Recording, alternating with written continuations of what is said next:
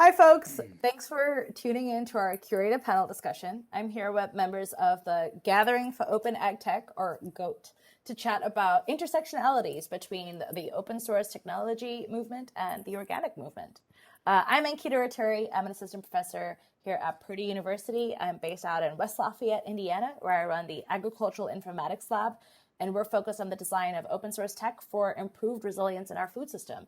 In our work, we work with a lot of farmers themselves. We work with researchers, developers, consumers. In effect, we work with a lot of folks who are actually end users of tools, who have data about different kinds of agricultural systems, right? Folks who are interested in conceptualizing, designing, and building tools.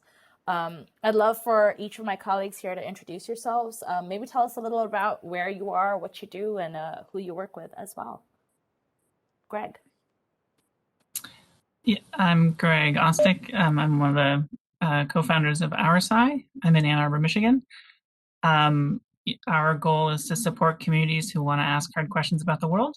And we work with a lot of communities in ag who are interested in a wide range of topics like food, soil health and soil quality, food quality, also just general benchmarking. So we work with farmers, researchers, project managers, agronomists, so pretty diverse group as well. And then we also manage some of those projects. Great. My name is Mike Stenta. I live in the quiet corner of Eastern Connecticut. I work on a project called FarmOS, which is an open source farm record keeping system. The project kind of started as a way to keep track of what we were growing, but we built it as an open source tool so that others could use it as well. And so we're kind of building a community of folks who are helping to work on this software together and push it forward. And we're also working with farmers and agronomists and researchers and farming associations to kind of help with their data collection and data organization. Hey everyone, I'm Jamie Gehring. I'm based in New York City. And I am a software developer working with Mike on FarmOS. I specialize on the mobile platform, a tool called FieldKit.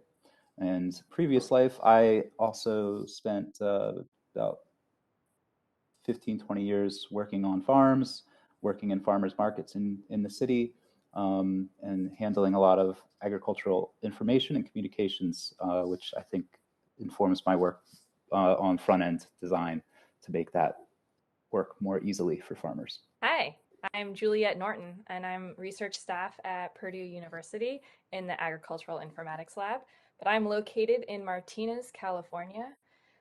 I am a computer and information scientist working in the agriculture domain, and I've been in this domain for more than 10 years. I'm involved in curating and serving open plant data and developing open agriculture technology.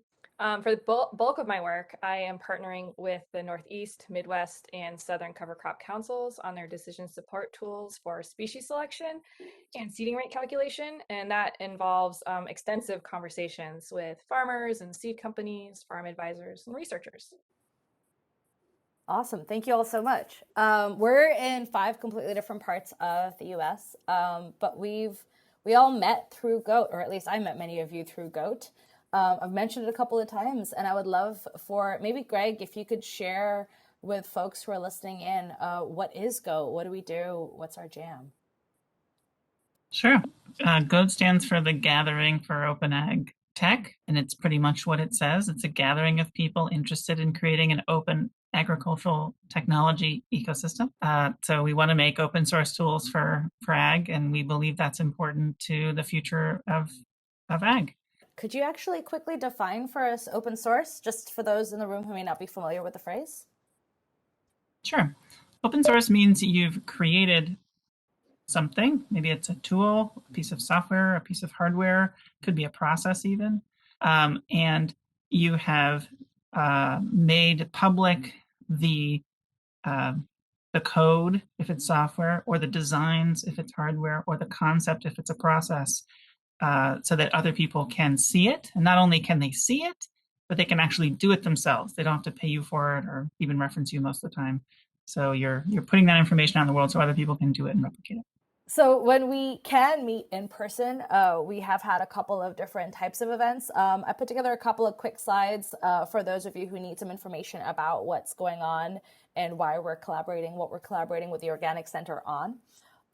So there's a couple of links down there if you need information, but here's actually a photo from the conference that Greg mentioned in 2018. Right, and so this is where we initially gathered, and you can see a little bit of sort of our conceptualization of some of the challenges and tools out there in the open ag tech space. But we're putting together a hackathon in collaboration with the Organic Center, and a hackathon is essentially, it's a portmanteau of the words hack and marathon, and it's in effect a creative problem-solving endurance event. Right? So there are different ways in which you can engage. You can draw a diagram representing your research quietly over a day. You can write some code to visualize a data set collaboratively in a few hours. You can rig up an automated irrigation system in several small groups over a couple of days, right? At the end of the day, these are groups of people who are coming together to create something useful, right, as a community over a fixed period of time. And so a hackathon is in effect a space to create something that you think is useful, right? And so it means that these things are going to vary. Sometimes it's a spreadsheet tool. Sometimes it's an entire piece of software, right? What it means to create also varies. Sometimes you might only get as far as drawing a diagram of the thing that you want to see in the world. Sometimes you might actually write an entire code, especially if you have some technologists on your team. And so the point of a hackathon is to bring folks from different spaces, right? We bring together a variety of different people to work on common challenges. So the mission of Go Hack and Organic is to bring together this multidisciplinary cohort of researchers, designers, developers, practitioners, farmers, everybody who is interested in developing equitable open source technical infrastructure to enable the sort of research, adoption, and evaluation of organic ag practices. There are a couple of different draft challenge areas that we have listed. We've been working with Jessica and Amber from the Organic Center to try and think about what some of these look like. If you think something is missing, please come on to the forums. That links directly to the forum and tell us what's missing. We're trying to basically conceptualize what these challenge areas should be for the hackathon that we're planning ahead in February. Let me show you a little bit about some of the hackathons that we have organized in the past. This was actually the first one, and there were only 7 of us at this one, so it was a pretty small group. This was at the Real Food Campaign, and here we're really focused around trying to think about how we can design tools to enable all farms to be research farms, right? How do we empower everybody to be a researcher? And so in this particular case, we put together a little prototype around soil carbon estimation, and Greg and Mike and a couple of other folks were out there, and it basically was a data collection tool that went from soil sample to our size tools. There were a couple of others in between, and then ultimately to FarmOS. And so you can see the sort of flow of data from soil to phone in effect in this particular tool. And that was a prototype we built together to show people that it was even possible. From there, when I was at the USDA in collaboration with Steve Mirsky and his crew, as well as Chris Reber-Horton and his crew down in NC State, we threw a hackathon that was focused around this idea of a reconfigurable public ag research pipeline. And there are these 4 areas, these 4 challenge areas. And I'll just show you a couple of quick images of what that looked like. So, we were out in a beautiful barn at the ARS Beltsville campus, and we had folks come together to showcase a variety of different things that they built over a couple of days. So here Mike's actually presenting a small prototype that we built to push plant data into FarmOS, and this is now a real project that my team still works on. And so it's a good space to prototype projects that may be researchy. This was another prototype that was put together by Bar and her team, and this was focused around pulling together different kinds of UAV data, actually. And then this was actually just a prototype. So if you zoom in, you'll see that Eric from Grow NYC had actually just put together a diagram of what he wanted a mapping tool to look like. And so you can see this sort of a range of fidelity of the types of things that you can build during a hackathon. But ultimately, we're trying to come together and, work on problems that we all care about. So I say this to really invite you, come hang out on the forums, tell us what you're thinking, tell us your ideas, your problems, your challenges, your desires, right? Let's talk about what you want to build, and let's think together. Let's put our heads together a little bit over this winter and think about what we might be able to build together this February. And so the hackathon itself will be, from the 24th to the 26th of February. It'll be a hybrid event, both virtual and in person, if the world permits. But outside of that, I know that Jessica and Amber are going to be sending y'all a whole bunch of information. And so I really hope that you are able to join us. And so the rest of this chat is really to give you some things to think about. And so I hope you enjoy our conversation. It is a curated panel, so you'll see a couple of jump cuts here and there. But we had a really fun time producing it, so I hope you enjoy listening to our conversation. And we'll be hanging around in the chat room and at the happy hour later. So if you want to talk to us live, we're not just boxes on your screen right now, but we're also hanging out in the chat. Awesome. So we're going to discuss the role of collaborative design and technology in meeting our current and emerging challenges in the organic community. We'll chat about some of the radical ways in which open source tools and open access to data can empower humans, animals, and ecosystems. And we'll showcase several open source tools that are already available for use by the organic community. And we'll try to describe how these tools can be used to handle a range of different things, from record keeping all the way through to tracking of different kinds of goals. So I want to start by maybe talking a little bit about challenges to resilience. Agriculture involves understanding these sort of complex interactions between humans, animals, plants, and ecosystems to grow food in the context of an ever-changing planet. We've faced all sorts of challenges, from pandemics to climate change, including many different kinds of threats to our food and agricultural systems. What do you all see as some of the wicked problems in improving resilience in food and ag systems? And Mike, why don't you kick us off? I think record keeping is a really important tool, and especially with regard to organic operations, it's required in a lot of cases too. So for organic certification, you need to keep pretty good records of what's going into your farm, what kinds of seeds you're using, where you're getting them, what inputs you're using, and things like that. So having a good ability to kind of keep track of those things, I think, is really important. One of the other outcomes of that, though, is traceability too, and traceability outside of even just certification is becoming more and more important. But it also kind of creates more of a way for consumers and people who are buying the food to see what's going on inside the system too, which I think is a net benefit overall.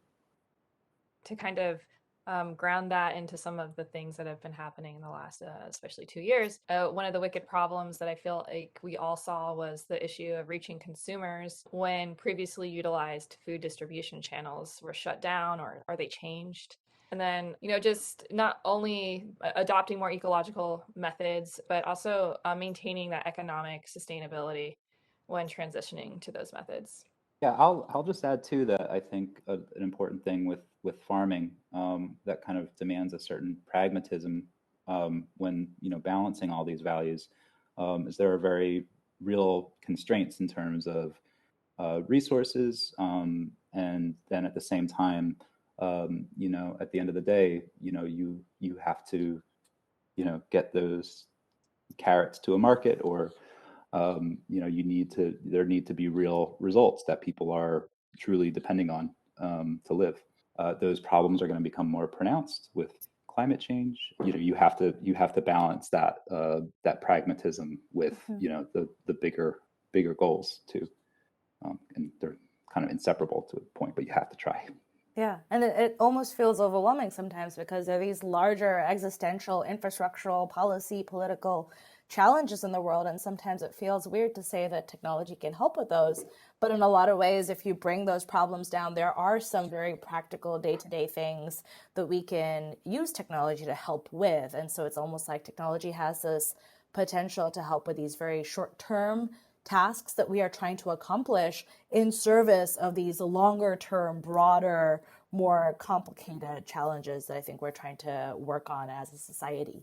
There's a lot of discussion, I think, though, around sort of the dangers of building tech for the sake of tech, right? I think when we hear about concerns that people have around technology, we hear things like data sharing issues, or we hear about planned obsolescence of technology, algorithm bias. There's a lot out there, algorithmic bias. There's a lot out there. When you're thinking about even these pragmatic tools, what are some of the challenges you think we need to overcome as a community of technologists who are interested in supporting our partners in farming communities, including the organic farming community? I mean, I think we've got to like kind of radically adopt the fact that no one wants to sit in front of a computer ever. So let's not build stuff that causes people to sit in front of computers. And that's not going to happen tomorrow, but like there's this some degree of necessary virtual environment that's sort of following us along through our day. But we shouldn't be building a world in which like we are shoving ourselves in that virtual environment. We should be building a world in which that virtual environment quietly and reasonably walks along with us, gets what it needs, and then provides us exactly what it wants, what we want when we want it, and not the other way around. And I think that's just a really radically different way of thinking about what technology should do broadly in society, but like I think in ag too. So Here, here. Tools are tools. They're not necessarily where we want to be living our lives, even though we speak sometimes in these virtual spaces. What are some other challenges y'all have in mind that we need to overcome? Yeah, I mean, I think that trust is a major issue right now, especially with a lot of large platforms that are kind of gobbling up lots and lots of data, and they're offering these services for free. But you know, that kind of adage that if it's free, then you're the product, because that data is valuable and it can be used for that kind of profit-driven purpose of these larger companies. And there is an alternative to this. You know, there is an alternative to having some black box that you're putting this information into. I think we have options now where we can kind of control that narrative a little bit more and control where our information gets used and make those choices. And we can trust by with things like open source software, you can actually view the code, you can see what it's doing. So those algorithms that we always hear about are not hidden, you know, in these kind of systems. So it provides an alternative. It provides something that you can audit, you can trust, and even just knowing that other people can audit it, even if you don't do it, you know, that is a level of trust too. I think there's just a lot of distrust out there right now, and it's justified, you know, justifiably so. I think another challenge we need to overcome is the rapid obsolescence of technology that we see. I think that there's a lot of potential ways to address these issues, including providing the users with the tools to update and modify the technologies. But I think that's a massive challenge that we do need to overcome. You know, especially when it comes to technology, you know, that these, you know, algorithms and all, they're just forms of making decisions. And who writes the algorithm is ultimately who's making some kind of decision with other, you know, input from users and the like. Yeah.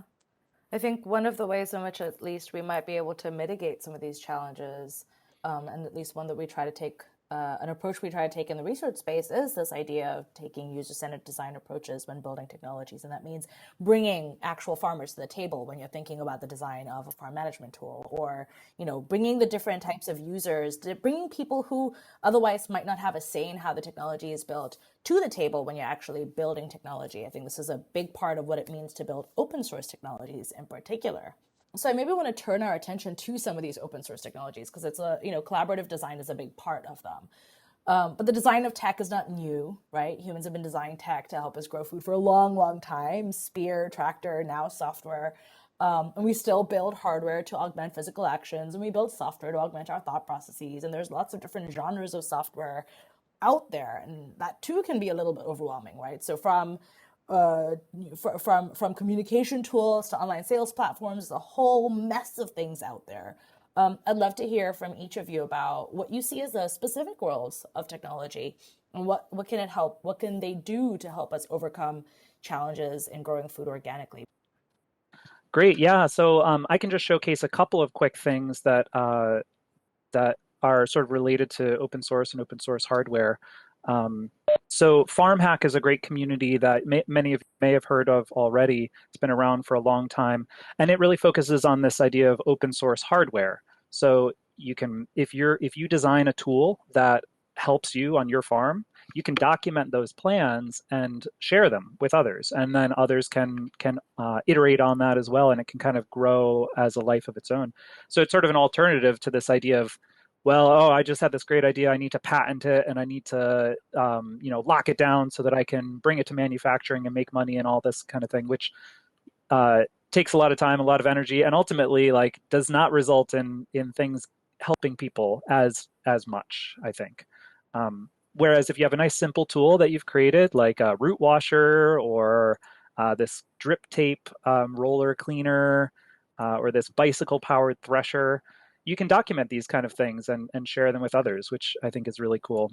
And open source often has this, well, it's pretty rough, it's not very polished, but there are also like open source projects that are pretty polished, and you can like literally just buy a kit and put it together, but it still has this open source ethos to it where you can contribute to it and change it. There's also other initiatives like the Open Source Seed Initiative, and this is really just trying to push back against the idea of proprietary patented breeding of seeds, where you're literally not allowed to use a seed or use breeds of certain varieties because they're licensed in that way. Other examples are Open Food Network, which is an open source food distribution hub software. So this started in Australia, but it's been slowly moving. It's now in Europe, and there's one in the United States. But it serves as a online marketplace to connect producers with consumers too, and all open source software. And then of course GOAT, which is what we're all kind of here from and representing. GOAT is the gathering for open ag tech, where we're really trying to like bring a lot of these things together.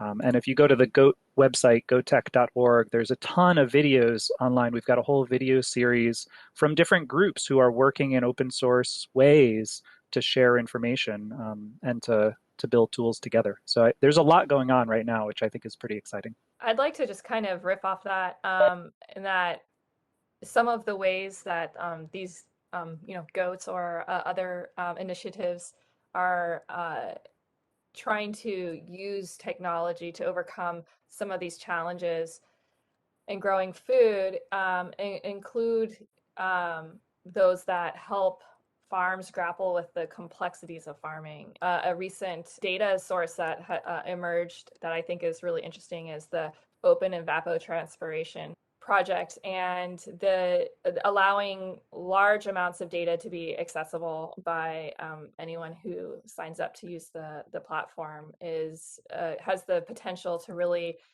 help farms make informed decisions on their watering or their irrigation in a way that they couldn't before. And I think that's fantastic as well. Open Land Map, I think, is a really amazing tool. And I think what you guys did with the cover crop stuff are all really amazing tools people should see in terms of like the quality that can be provided and the variety of information that's already out there, open source tools. And I think it's one of those things where sometimes you might not even know a tool is open source until you try to figure out how you can customize it or how you can use it in your own work.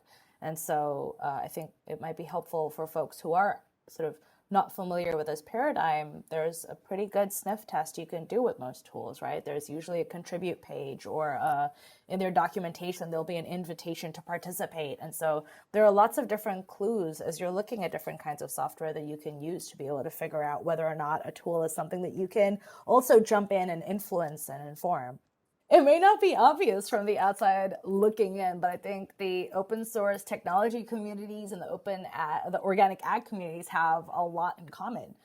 The open source way of building things brings together a community of people who not only use a piece of software, but also have a vested interest in building something that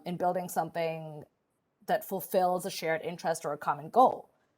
So in open source, the line between users, developers, producers, consumers blurs. Everyone has a voice. It becomes this community effort. And the open source paradigm is built on inclusivity and collaboration and really giving power to the people to build the tools that they need exactly how they need it. In the open source world, we also talk a lot about this idea of eating our own dog food. And that means we don't just build tools, but we use the tools that we built. So I would love to hear a little bit from each of you about what drives you to build open source tools and what values you think you share with the organic community? I could start. I think the reason that I use open source tools is because I can trust that they're going to be there in a couple years, or if not, I have the code. I can recreate it myself, or the plans, or things like that, and I can fix them if I need to.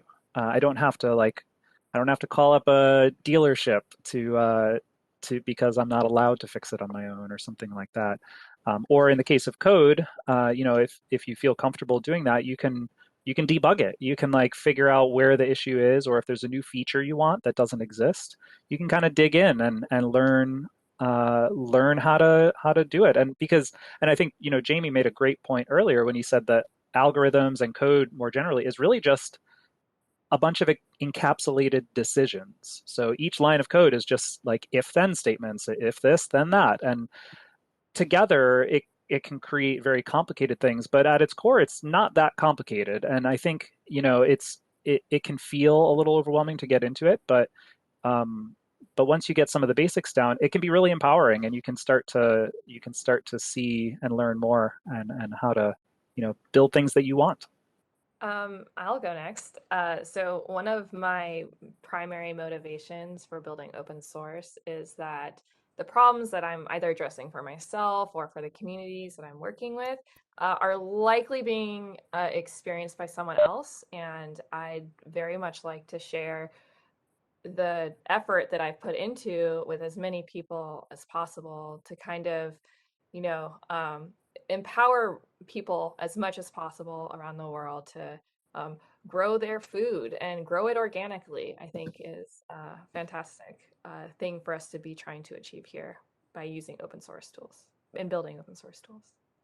I think in that sense, for those of us, at least I'm in the academic community, right? I think open source and has a very natural fit with doing publicly funded research, right? I am doing work that is funded by the people that I work for, and it makes sense. It only makes sense that my products, whether it's my knowledge that I produce, whether it's the papers that I'm writing, whether it's the data that I'm creating or the tools that I'm building, it only makes sense that they are open access and open source and available to people to use. And so for me, it's sort of it feels obvious as the first place to start, but it's not always obvious how to keep it going, because I think one of the challenges that at least I have within the academic community is that we have grants that then sort of trim the length of our projects.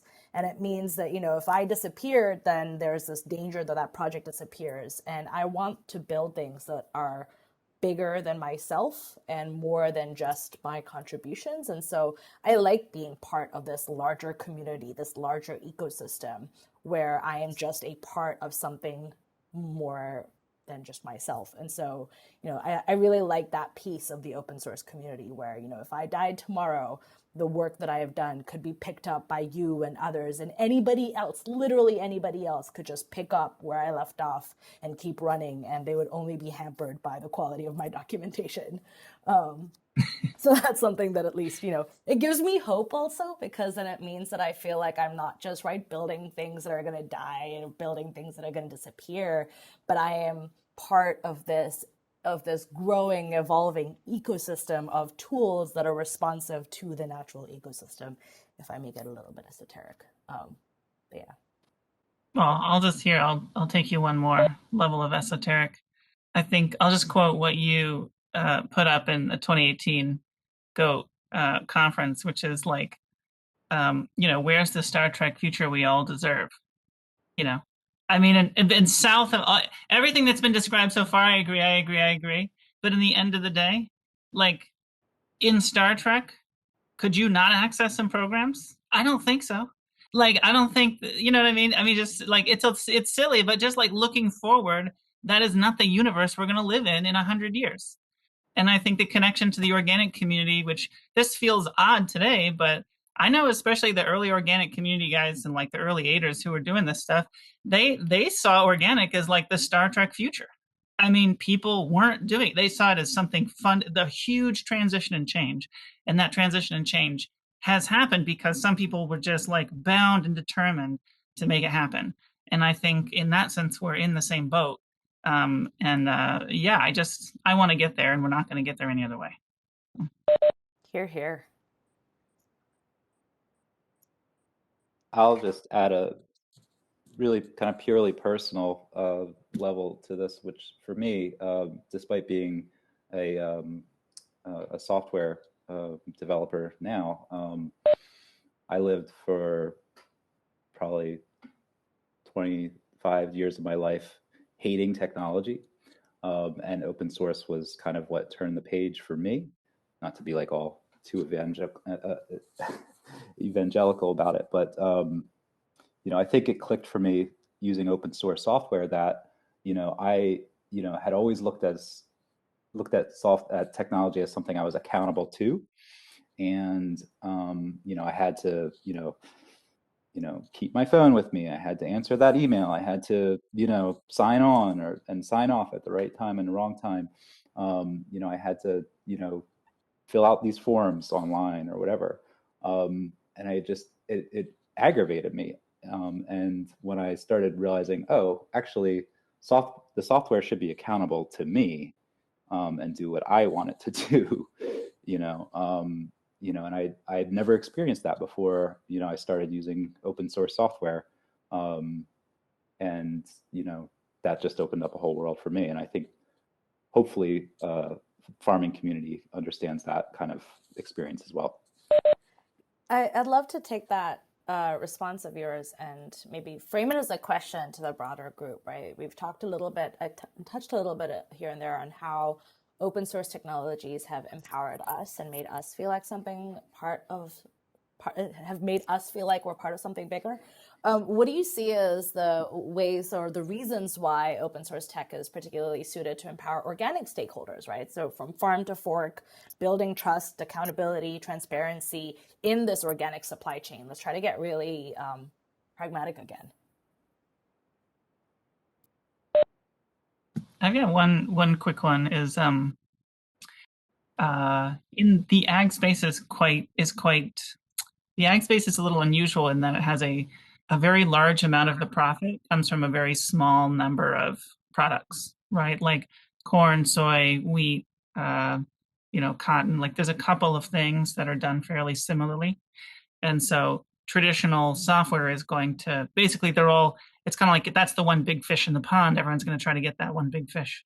And then there's a significant but much smaller portion of the market, which is incredibly diverse, right? That's like all of your veggies and all, people doing intercropping or other weird things that doesn't fit into this. And I think organic oftentimes sits over here in this very diverse space. And if you just try to use software that's made for this, it will not work for your, and I think Mike, you guys and Jamie, at FarmOS, I think that's very true very often.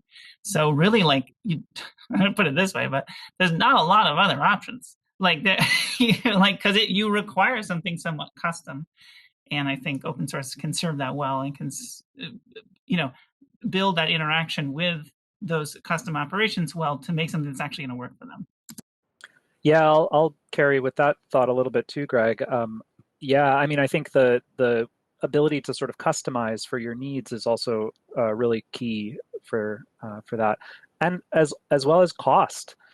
A lot of the if you look at like some of the large software platforms that are out there for more big ag operations, they can be $10,000 a year to use or to license those. Whereas open source can be free. There's still costs involved in setting up and running and updating and things like that. So nothing's ever totally free, but the barrier is a lot lower to just jump in, and if it works for you, great. Maybe it won't be perfect, but you also have the ability to work on it or augment it. And the nice thing that I found anyways, just historically about open source, is that while it often starts out a little bit more rough around the edges because it doesn't have all of the funding that larger companies pour into things, over time it sort of does snowball until it gets to a point where it's just obviously better. There's so many so many examples that we've already seen of that taking place. I mean, now everyone right now uses Chrome or Firefox for the most part. Before that, it was Internet Explorer was your only option, and that was the closed source. Now it's like we just take it for granted that we're all using open source browsers for the most part, and I think that's happening in a lot of cases. Who uses a Windows operating system on their phone? Does anyone remember that actually there was a whole suite of phones that use the Windows operating system? It does not exist. Like everyone uses Android, and I mean, just, yeah. So to circle back about why open source technologies are well suited to empower organic stakeholders in building trust, accountability, and transparency, I think a big part of that is the involvement of the community in the building of these technologies. Like an open source technology isn't built without a community. That's impossible. The lines between developer and user blurring, and where oftentimes our farmers are or stakeholders and our community members are involved in actually creating these technologies, and so we start to see like actually a community being built because of this kind of like community formation around these open source technologies. You start to see that there's more of a public or community ownership and intellectual property about this rather than a private ownership. And so we learn and we create as a community, and that knowledge is distributed. And so rather than just siloed and to my own personal knowledge on how this works, we start to see that being distributed and spread apart as a community resource and asset. Yeah, I'd like to follow that a little bit too, just by saying that I see open source and these kind of communities as so much more scalable too than the alternative. Because if you've got one company who has a product and they've got 20 employees who are providing support for that product or who are working on that product, that's the limit. And if the company is not making any profits, they're not going to be adding to that staff.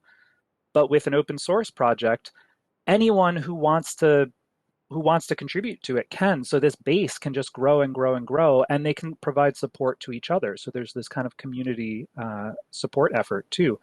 Just like now, if you're dealing with some kind of blight on your crops in a greenhouse or something, you can go and ask your neighbor who's a farmer, what have you done to deal with this? Or talk in a forum about how to do that. These kind of communities already exist. They're sort of taken for granted, I think, that we already kind of work in that way.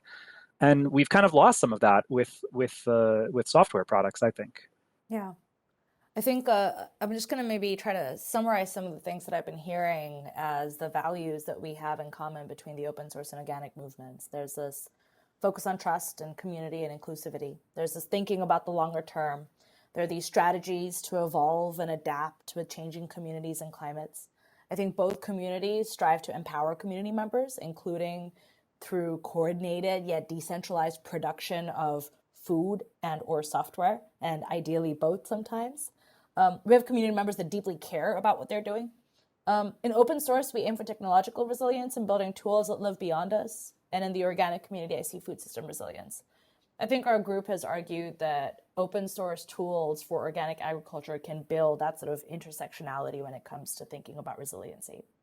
So I want to dive into things a bit more practically. I want each of you to tell me a little bit about what you've actually been working on. I'm going to put Mike on the spot. So the software that I'm working on right now is called FarmOS. And FarmOS is essentially a web application that you can run yourself, which allows you to keep records of everything that you're doing. And it's kind of built in a very general way so that you're able to really record almost any kind of thing that you're working on. So we've got a lot of people kind of contributing to this and trying to make it better. There's a lot of discussions. We've got a very active forum that would welcome all of you to join and come take part in, where we talk about how to use FarmOS, what kinds of things are you trying to record, and how do you represent them in a system like this, or how do you want to share that information with others if you want. So it's important to say that FarmOS is like private by default. So everything you put into it is yours, and it's like a database that you control and you own. But we're also working on features for sharing, opting into sharing little pieces of things with with researchers or with other platforms that might be able to provide you with recommendations or things like that. So there is value in some sharing, but it needs to be under your control. Is sort of how we're thinking about it. But FarmOS, you can map out your farm. You can record things like the animals you're managing, the equipment, the plants. You can also have sensors. So if you want to, and go on farmhack.org to find some ideas for building your own little DIY sensors with, like, they make these things called a Raspberry Pi, which is a little computer. You can put it in your greenhouse with a temperature monitor on it, set it up to send you an alert if it gets too hot or too cold, things like that. And all of your activities and logs that you're recording throughout the season, like when did you seed something? What kinds of inputs did you put into it? Are you moving your animals from paddock to paddock? A lot of these things are required for organic certification, but even beyond that, it's just so helpful to be able to go back and see when you did it. I use it all the time to remember, like, when did I apply lime or something to a field, or how many pounds of garlic did I harvest last year? I also have I made a little quick form so I can record every morning when I go and collect eggs. How many eggs did I collect? And what's nice is that over time you just start, accumulating all of these records that can then be, someone might write a module that will render that as a report, so I can see, like, how my chickens have done over the years, or how my production has done in different ways. Mike, you farm as well. Could you Yeah. maybe even just tell us a little bit about why you built FarmOS in the first place? Yeah. So I mean, I started out building some pieces of software for a CSA that my friend and I had started years back. And so I built some tools for, managing our subscribers and our newsletter and our delivery route and our website and that kind of thing. And over time, I got more and more interested in also, it sort of led to, like, well, okay, we want to show people what we're growing, so we also need to kind of record what we're growing. And that then sort of led more and more into just, record keeping and, what plants, and thinking about how to model a farm. And I just got locked in on that sort of mental exercise of how do you represent a farm in a database, and how do you represent all the different kinds of farms, which is hard. There's a lot of different things. So yeah, FarmOS is modular also, which I think is an important piece, because that means that you can turn on and off different features depending on what you need. So if you're not doing animals, turn off the animal module. Or if you need something more specific, like a very specific data entry form, like that you want to be able to pull up in the field, you can write a module. It's not that hard, and we've got some good documentation on it. So I'll just point to, like, farmos.org is a great place to go for more information.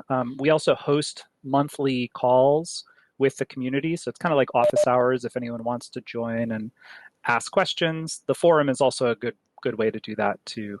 And we're working on FarmOS 2.0 right now. We're about to release the first beta of that, so it's pretty exciting. And maybe just one last question before we move on. Are there any particular features within this ecosystem that might speak to organic farmers? Anything around certification or plans on that front?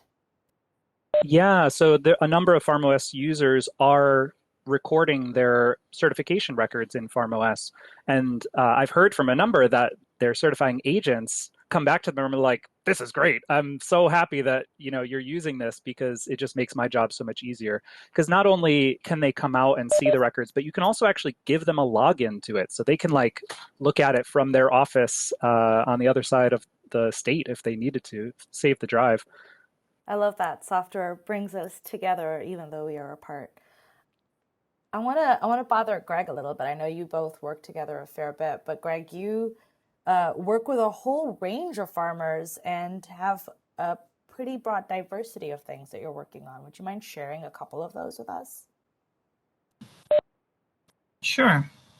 So first I'll just say, our goal at our side, which is the company that we run, is to support communities to build knowledge together. And so what Mike just described is, I as an individual, how do I store my data? How do I manage my farm as an individual?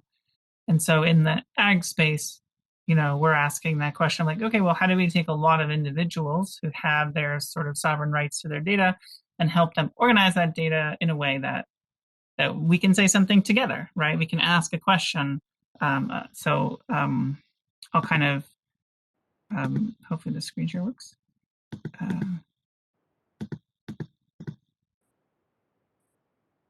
All right.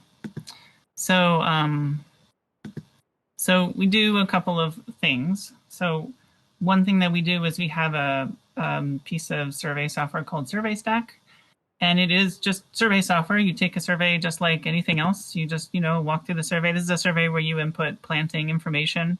It has directions and tells you what to do. And, you has drop-down lists and all the things you would expect from a survey. But we actually connect users to FarmOS accounts.